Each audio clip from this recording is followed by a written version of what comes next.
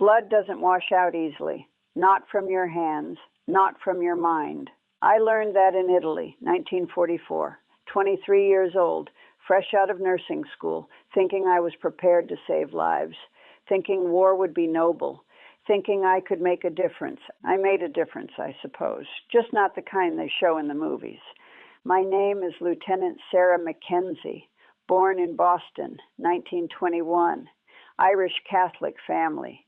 My father was a fireman. My mother raised 6 kids in a 3-bedroom house in Southie. I was the eldest, the responsible one, the one who always took care of everyone else. Nursing seemed natural. I enrolled at Massachusetts General Hospital's nursing program in 1940, graduated in 1943, right when the Army needed nurses desperately. They were taking heavy casualties in North Africa and Italy. Field hospitals were overwhelmed. They needed bodies, warm bodies with medical training. I volunteered, not because I was patriotic, though I was, but because I wanted to do something that mattered, wanted to prove I could handle more than bedpans and taking temperatures, wanted to see the world, wanted adventure, careful what you wish for. They commissioned me as a second lieutenant in the Army Nurse Corps in August 1943. Sent me to basic training at Fort Sam Houston in Texas. They taught us military protocol, how to wear the uniform, how to salute, how to survive in combat conditions. But nothing prepares you for the reality of a field hospital in a war zone. I shipped out in January 1944, crossed the Atlantic on a transport ship packed with troops and supplies. Everyone was seasick. Everyone was scared, though the men tried to hide it. I spent the crossing taking care of soldiers who were already broken before they'd even seen combat, anxiety, depression, psychosomatic illness. That should have been my first clue about what war really does to people. We landed in Naples in February 1944. The city was a mess, bombed out, starving civilians everywhere, children begging for food, old women picking through rubble, the smell of death and sewage mixing together in the streets. This was the liberated Italy, the one we'd saved. They assigned me to the 95th Evacuation Hospital, attached to the 5th Army. We were following the advance up the Italian peninsula. The Germans were dug in at Monte Cassino, and our boys were dying by the thousands trying to break through. My first posting was at a field hospital about 10 miles behind the front lines, close enough to hear the artillery, close enough that we'd get wounded within minutes of them being hit, close enough that sometimes the wounded would die on the stretcher before we could even get them into surgery. The hospital was just a collection of tents, surgical tents, recovery tents, triage tents, all connected by muddy paths. No real floors, no heat except what we could scrounge, no running water except what we pumped from wells that were probably contaminated. We sterilized instruments in boiling water, heated over campfires, worked by lantern light at night because we couldn't use electric lights, made us targets for German artillery. There were maybe 20 nurses at our hospital, all women, all officers, all completely unprepared for what we were about to see. The doctors were mostly good, experienced surgeons who'd been in North Africa before Italy. But even they were overwhelmed by the volume, by the impossible choices, by the sheer horror of what modern weapons do to human bodies. My first day, they put me on triage duty. That's where you decide who gets treated first, who might survive, who's too far gone, who dies because there aren't enough doctors or supplies or time. A young sergeant came in on a stretcher, maybe 19 years old, handsome kid, looked like he should be playing baseball, not fighting a war. He'd taken shrapnel to the abdomen. His intestines were spilling out through his uniform. He was conscious, looking at me with eyes that knew he was dying. "Am I going to be okay, ma'am?" he asked. I looked at his wounds, looked at the other wounded coming in, made a calculation that I'd never had to make before. This boy would take hours of surgery and might not survive. There were other men with better chances. I put a red tag on him, critical, expectant, meaning he's going to die. Don't waste resources. You're going to be fine, I lied. Just rest. I moved on to the next patient, left that boy on a stretcher. He died about 20 minutes later, calling for his mother. That was my first day. That was my introduction to war. It only got worse from there. By March 1944, we were in the thick of the Cassino campaign. The Germans held the high ground, Monte Cassino, the Abbey on top. They had perfect fields of fire, perfect defensive positions, and our boys had to attack uphill through minefields under constant artillery and machine gun fire. The wounded came in waves, dozens at a time, sometimes hundreds. They'd arrive on stretchers, in ambulances, in jeeps, whatever could carry them, covered in mud and blood and parts of their friends, screaming, crying, begging, dying. We worked 18-hour shifts, sometimes 24. There was no time for breaks, no time for sleep, just the endless stream of broken bodies that needed to be fixed or at least made comfortable enough to die. The triage system was brutal. You had maybe 30 seconds to assess each patient. Green tag, minor wounds, can wait. Yellow tag, serious but stable, treat soon. Red tag, critical, needs immediate surgery. Black tag, expectant, going to die. That black tag. I gave out so many of them. Boys who might have survived if we'd had unlimited resources, if we'd had enough surgeons, if we'd had enough blood for transfusions, if we'd had enough antibiotics, if we'd had enough time. But we didn't. So I made choices. This one lives, this one dies, this one gets morphine and a priest, this one gets rushed to surgery over and over, hundreds of times a day. There was a private named Danny Collins, kid from Philadelphia, took a direct hit from a mortar, lost both legs above the knee, lost his left arm, burns over 60% of his body. He was conscious when they brought him in, screaming. The pain was so intense he couldn't form words, just animal sounds. I gave him the black tag. There was nothing we could do. Even if we'd tried, the surgery would kill him. Better to give him morphine and let him slip away, but we were out of morphine, completely out. The supply convoy had been delayed. We had nothing to ease his pain, nothing except holding his remaining hand and lying to him while he screamed himself to death. You're doing great, Danny. Hang in there. You're going to make it. Lies, all lies. But what else could I do? Let him die knowing it was hopeless? Let him spend his last minutes in terror? He died after 40 minutes of agony.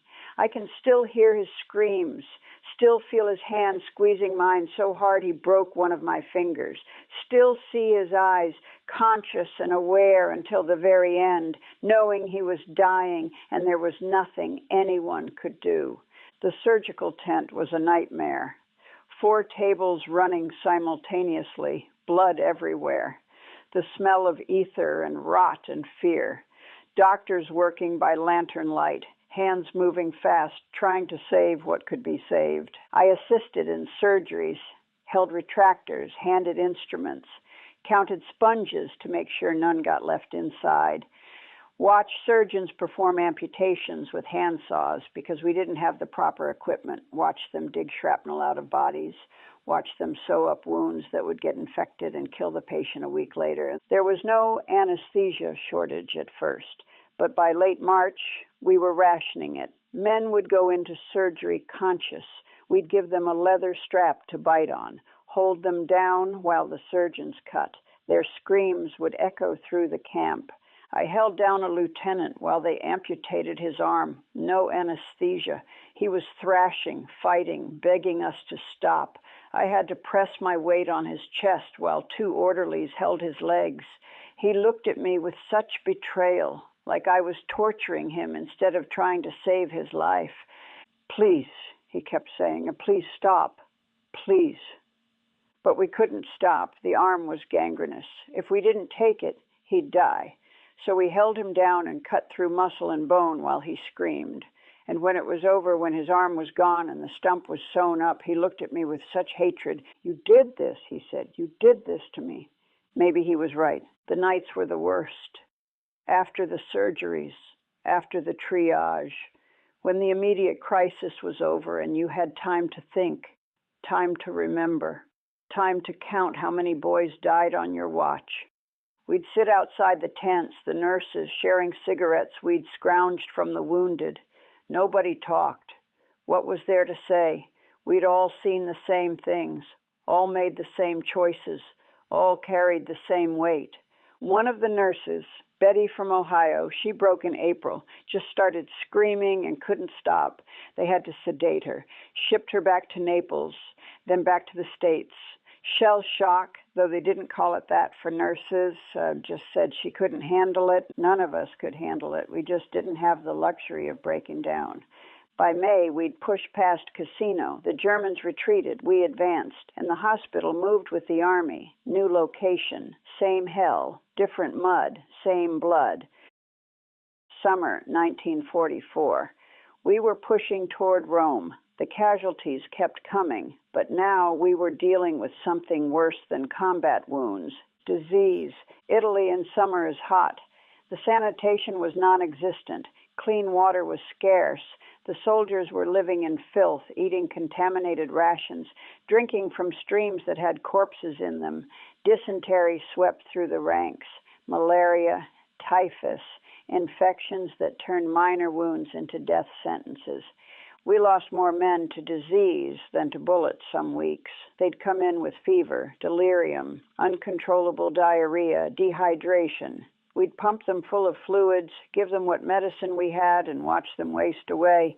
There was a corporal named Jimmy Hayes, nice kid from Nebraska, came in with dysentery. We treated him. He seemed to recover, sent him back to his unit. He was back 3 days later, worse than before. His kidneys were failing. His body was shutting down. We couldn't save him. He died holding a letter from his mother, telling him she was proud of him, telling him to stay safe, telling him she'd see him soon. I had to write her back. "Dear Mrs. Hayes, I regret to inform you." How do you tell a mother her son died shitting himself to death in a tent in Italy?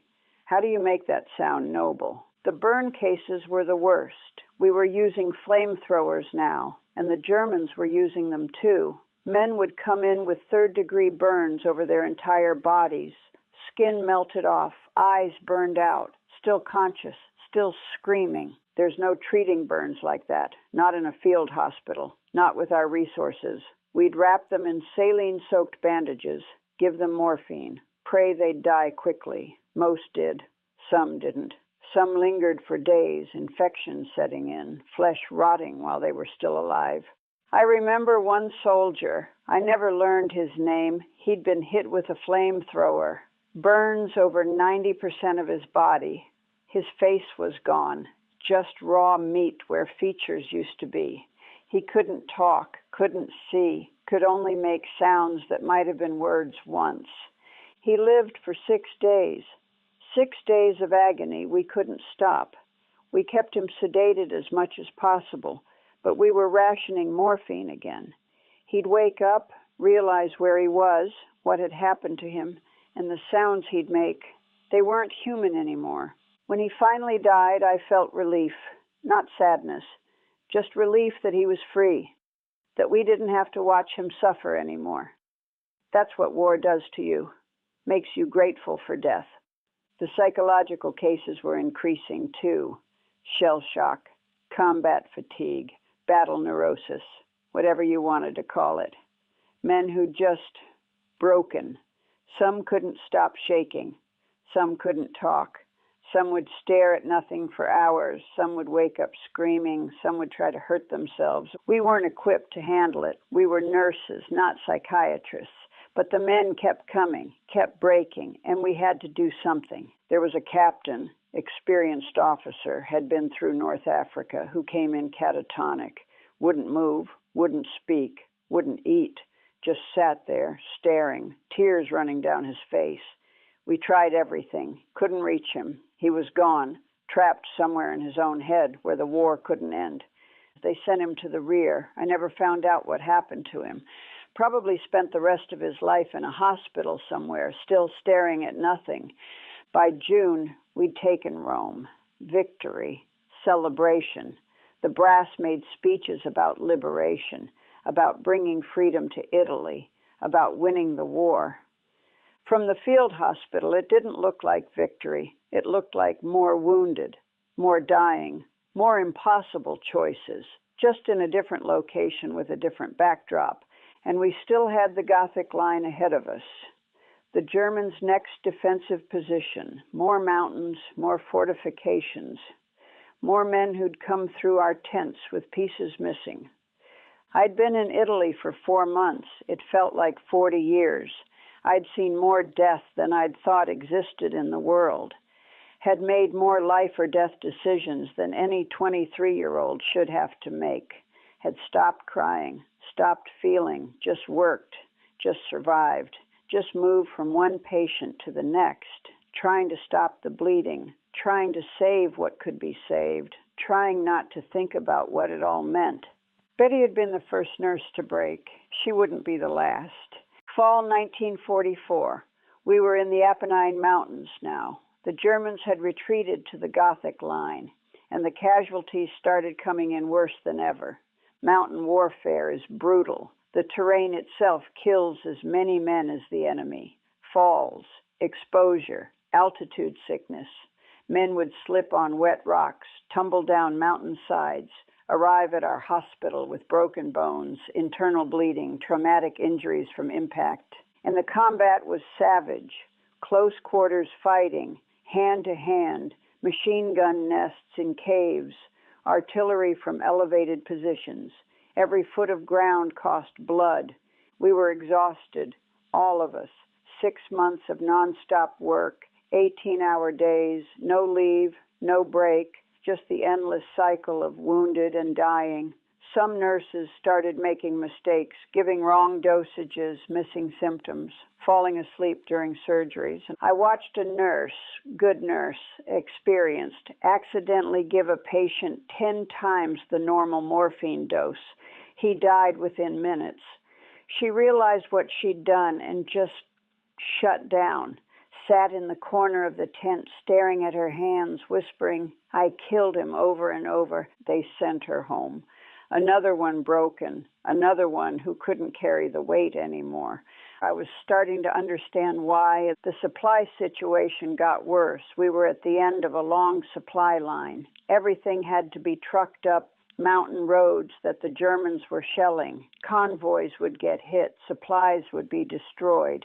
We'd run out of plasma, run out of antibiotics, run out of bandages. We improvised, used shirts as bandages, used alcohol meant for sterilization as anesthetic, reused needles because we had no choice, and men died from infections that should have been preventable. There was a private who came in with a relatively minor wound.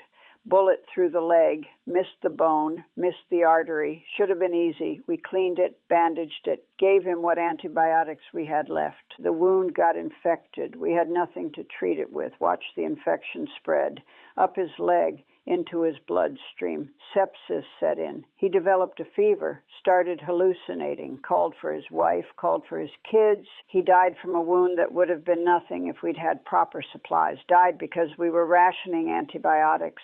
Died because his life wasn't deemed important enough for the limited resources we had. I had to make that choice. I had 2 patients, both infected. Only enough antibiotics for one. I chose the officer over the private, chose rank over humanity. The officer survived, the private died, and I've never forgiven myself for that calculation. By October, the winter was setting in. The mountains got cold, freezing cold, and we had wounded with exposure injuries on top of everything else. Frostbite, hypothermia, trench foot so severe we had to amputate toes, feet, entire legs. The hospital itself was freezing.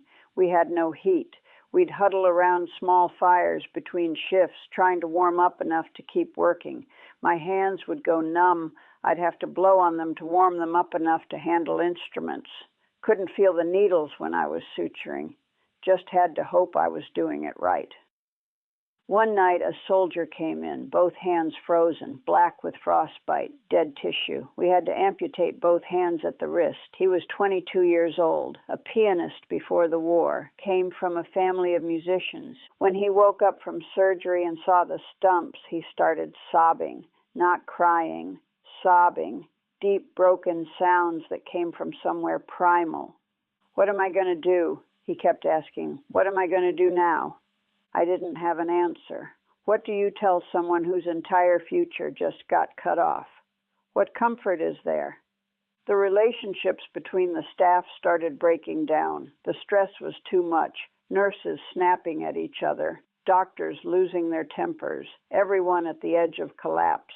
We'd have arguments over nothing, over who got the last cup of coffee, over whose turn it was to assist in surgery, petty things that became monumental because we were all so fragile. I got into a screaming match with another nurse over a blanket.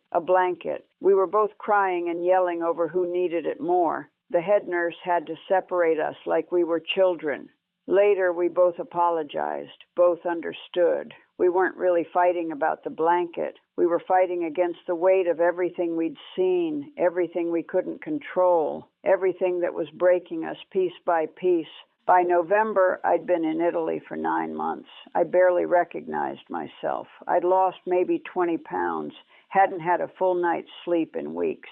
My hands shook constantly. I'd started having nightmares even when I was awake, seeing wounds on people who weren't wounded, hearing screams when it was quiet. The head nurse pulled me aside. Sarah, you need to take leave. Go to Naples. Rest. You're burning out. I can't, I said. We're too short-staffed. They need me. If you don't take a break, you're going to break, and then you won't be able to help anyone. She was right, but I couldn't leave, couldn't abandon the wounded, couldn't step away when men were dying, so I stayed. And I kept working, and I kept pushing down everything I was feeling until there was nothing left to feel. December 1944, Christmas was coming. Back home, families would be decorating trees, singing carols, celebrating. In Italy, we were waist-deep in mud and blood, trying to save boys who'd never see another Christmas. The hospital tried to make it festive. Someone found a scraggly tree. We decorated it with whatever we could find, strips of bandages, empty morphine ampoules, spent shell casings. It looked pathetic, but it was something, some reminder that there was a world outside this hell, that somewhere life was still normal. Christmas Eve, we got hit with a massive influx of casualties. German counterattack caught our boys by surprise. The wounded came in waves, dozens, then hundreds, every bed filled, men lying on stretchers in the mud, waiting their turn, dying while they waited. I worked 36 hours straight, no sleep, no breaks, just triage and surgery, and watching men die faster than we could treat them. There was a young lieutenant, couldn't have been more than 21, took shrapnel to the chest, collapsed lung, internal bleeding.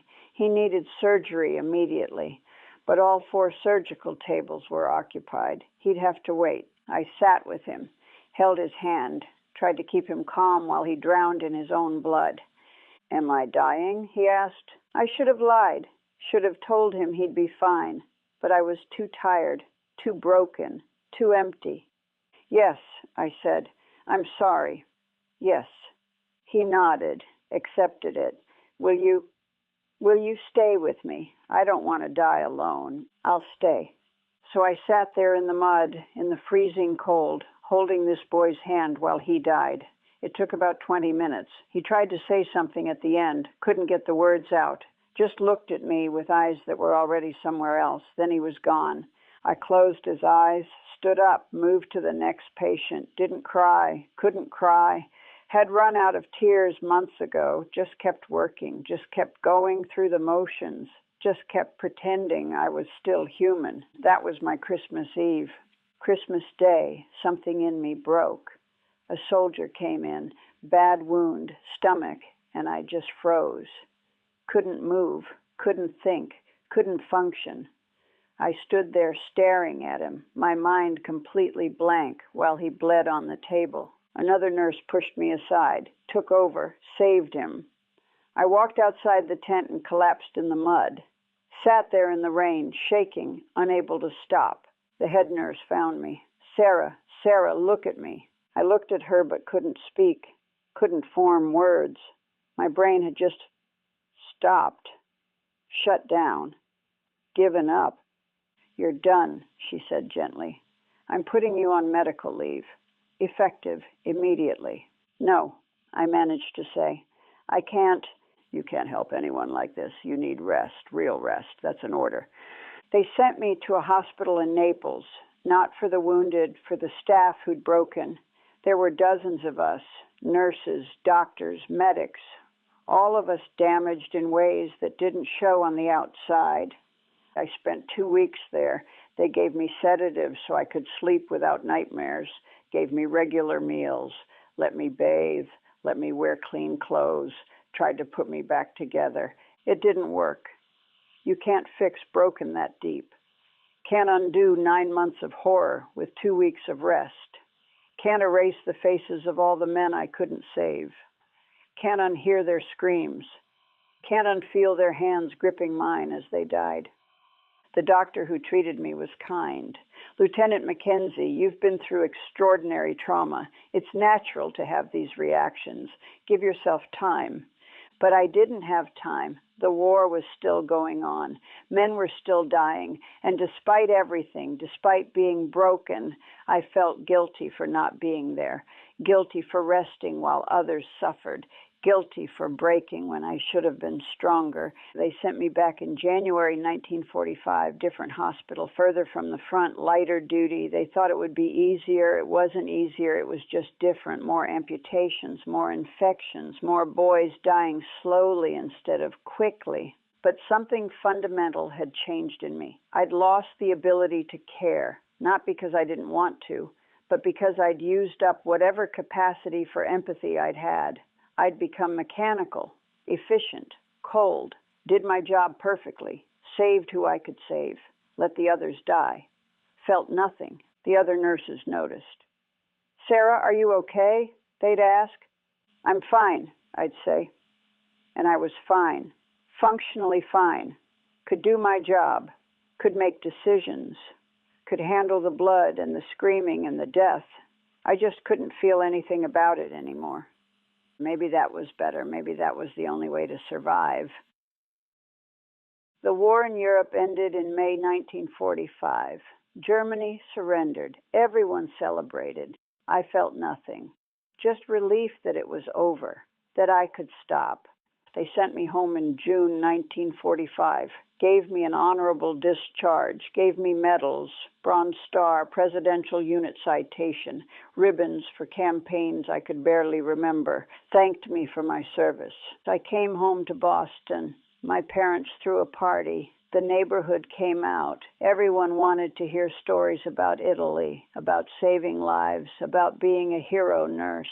I couldn't talk about it, couldn't tell them about the triage decisions, about the men who died because we didn't have supplies, about holding hands with dying boys, about the screaming, about breaking down in the mud, about becoming cold and mechanical because feeling anything was too painful. So I smiled and said it was difficult but rewarding, said I was proud to serve, said all the things they wanted to hear, and inside I was screaming. I tried to go back to nursing, got a job at Mass General, thought maybe civilian nursing would be different, would be healing. It wasn't. Every patient reminded me of someone from Italy. Every emergency reminded me of triage.